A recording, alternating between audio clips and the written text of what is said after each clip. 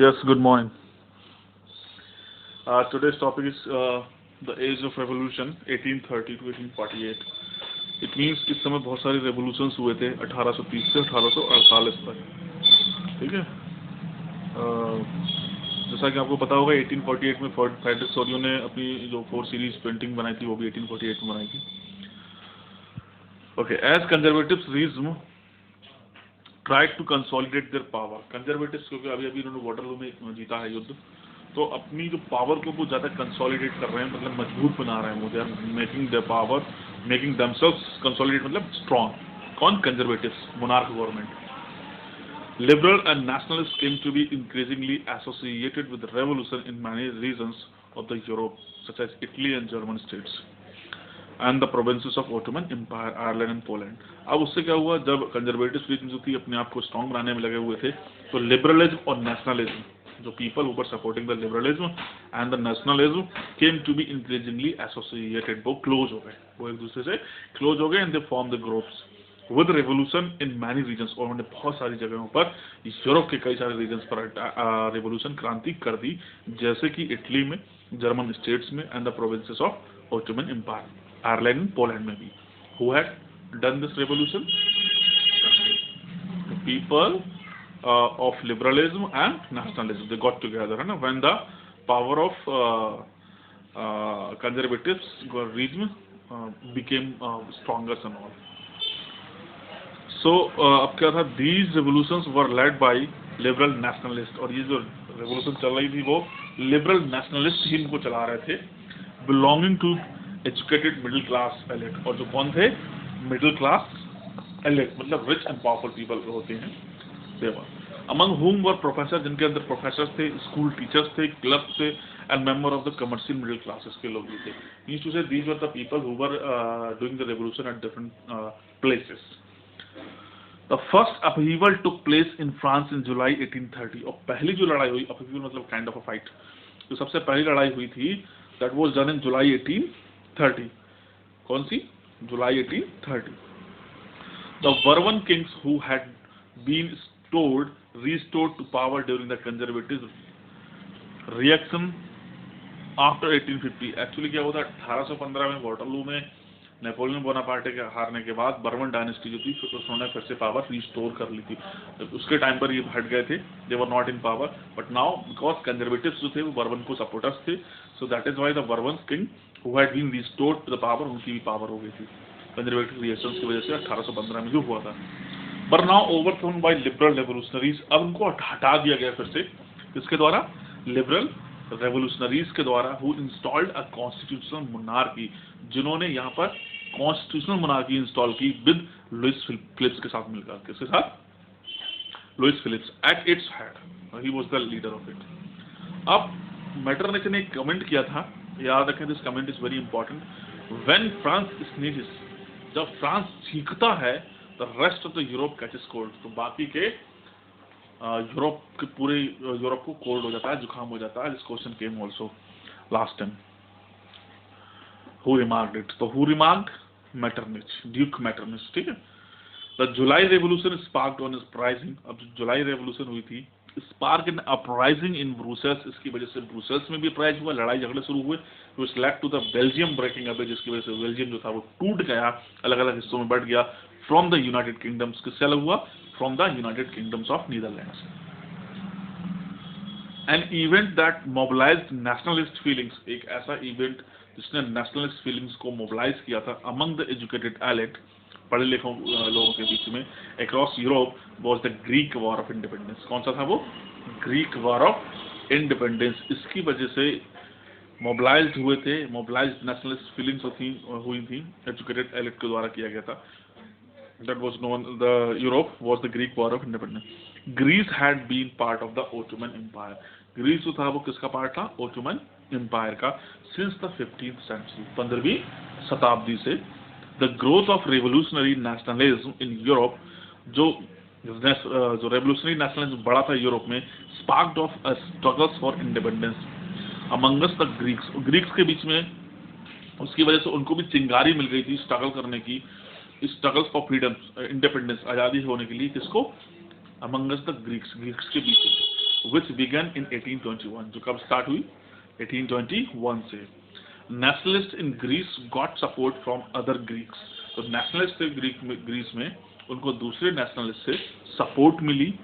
Living in exiles and also from many west European, मतलब जो बाहर रहा करते थे, एग्जाइल में थे, एग्जाइल मतलब बनवास के लिए इस सिटी से बाहर भेजा गया था उनको कंट्री से, and also from many west European, और उन बहुत सारे वेस्ट यूरोपियन से भी इनको सपोर्ट मिली थी, who had sympathise for ancient Greek culture, जो सिंपैथी रखते थे ग्रीक कल्चर के लिए। It means when the Greeks revolution started occurring, तो people of Greece also got the support of those who were in exile, the people who were in exile, and also by the west European, और west European से भी इनको मदद मिली थी जिनको sympathy थी ग्रीक कल्चर से। Is it clear? Poets and artists lauded Greece as the cradle of European civilizations and mobilized public opinion to support its struggles against a Muslim empire. अब पोइट्स और आर्टिस्ट जो poetry छापती थी या artist जो drama वगैरह कर रहे थे, लाउडेड ग्रीस एज अ, लाउडेड मतलब शो करने लगे, वो ग्रीस को प्रेजेंट करने लगे किस तरीके से ग्रीस को as a cradle of European civilisation, European civilisation का मेन हिस्सा करने लगे, one of the important part of Europe, and mobilise public opinion, और बहुत सारे इसकी वजह से पब्लिक ओपिनियन भी मोबिलाइज हुए, मतलब गतिशील हुए, टू सपोर्ट इस struggles against the Muslim empire, क्योंकि ये स्ट्रगल कर रहे थे मुस्लिम एम्पायर के खिलाफ। The English poet Lord Byron, एक इंग्लिश पोइट था जिसका नाम लॉर्ड बायरन है, ऑर्गेनाइज फंड्स, उसने पैसे भी ऑर्गेनाइज किए, फंड ऑर्गेनाइज किया, and later went to fight in the war, और बाद में खुद भी वार में लड़ाई लड़ने के लिए गया against the Muslim empire, where he died of fevers in 1824, जहां पर वो 1824 में बुखार की वजह से मर गया। फाइनली द ट्रीटी ऑफ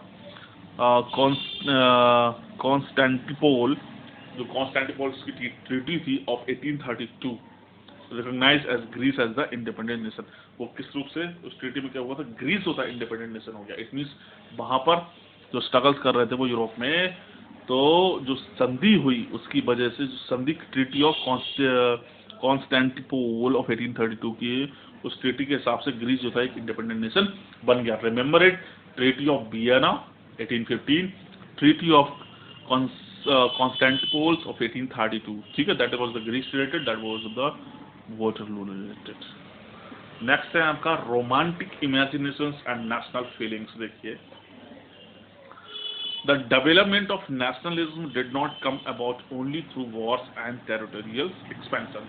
जो डेवलपमेंट नेशनलिज्म में आया, मतलब जो लोग नेशनलिज्म की बात कर रहे थे, that only did not come about only through the Wars, वो सिर्फ लड़ाई से ही नहीं आया या फिर टेरिटोरियल एक्सपेंशन से नहीं आया कि हमने थोड़ी जगह पर कब्जा कर लिया, किसी और ने और कहीं कब्जा कर लिया, इन दो रीजन से ही नहीं आया, बल्कि culture plays an important role, culture ने भी बहुत ही इम्पोर्टेंट रोल प्ले किया in creating the idea of nation, nations को क्रिएट करने के लिए, मतलब the culture also played an very important role in creating the idea of nation.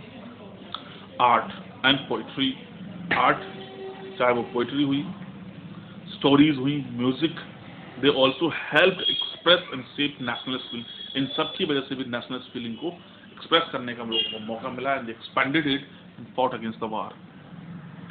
Let us look at the romanticism, इस हम romanticism को पढ़ते हैं, a culture movement, एक cultural movement के रूप में, which sought to develop a particular form of nationalist sentiment, जिसने क्या particular form of nationalist movement था, ये जो romantic artists के द्वारा related था।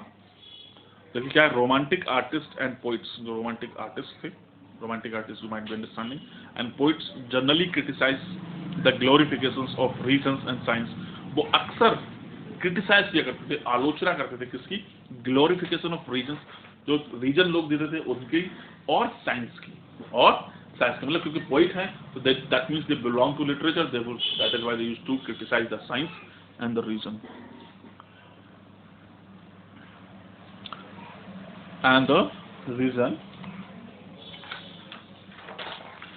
and focused instead on emotions, और किस पर फोकस करते थे, इमोशंस पर, इंट्यूशंस पर, मतलब अपनी इच्छाओं पर, एंड मिस्टिकल फीलिंग्स, और जो रहस्यमयी फीलिंग्स होती हैं उन पर, they used to concentrate on them. Their effort was to create a sense of shared collective heritage. उनके एफर्ट्स रहते थे कि एक शेयर्ड मतलब सभी लोग एक कलेक्टिव हेरिटेज, मतलब सभी लोगों की एक जैसी धरोहर हो, अ कॉमन कल्चरल पास्ट हो as the basis of nation, nations के हिसाब से। अदर रोमांटिक्स सच एज, जो दूसरे रोमांटिक्स थे जैसे कि German philosopher John Gottfried, John Gottfried हर्डर, that who had taken birth in 1744 and died in 1803, claimed that true German culture was to be discovered among the common people। उन्होंने कहा कि true German culture जो है वो discover हो सकता है common people के लोगों में, दास फोक के द्वारा उन्होंने बताई थी ये बात। It was through folk song, किसके थ्रू, क्योंकि गाने जो होते थे उसके थ्रू, फोक पोइट्री के थ्रू एंड फोक डांसेस के through, that true spirit of the nation, जो ट्रू स्पिरिट ऑफ नेशन को दिखाते थे, बहुत पॉपुलराइज्ड हुए थे। So collecting and recording these forms of folk culture, so इसीलिए कलेक्ट करना और रिकॉर्ड करना ऐसी प्रकार की फोक कल्चर को was essential to project of nation building. ये बहुत ही एसेंशियल प्रोजेक्ट था नेशन बिल्डिंग का। Rest will I'll tell you tomorrow।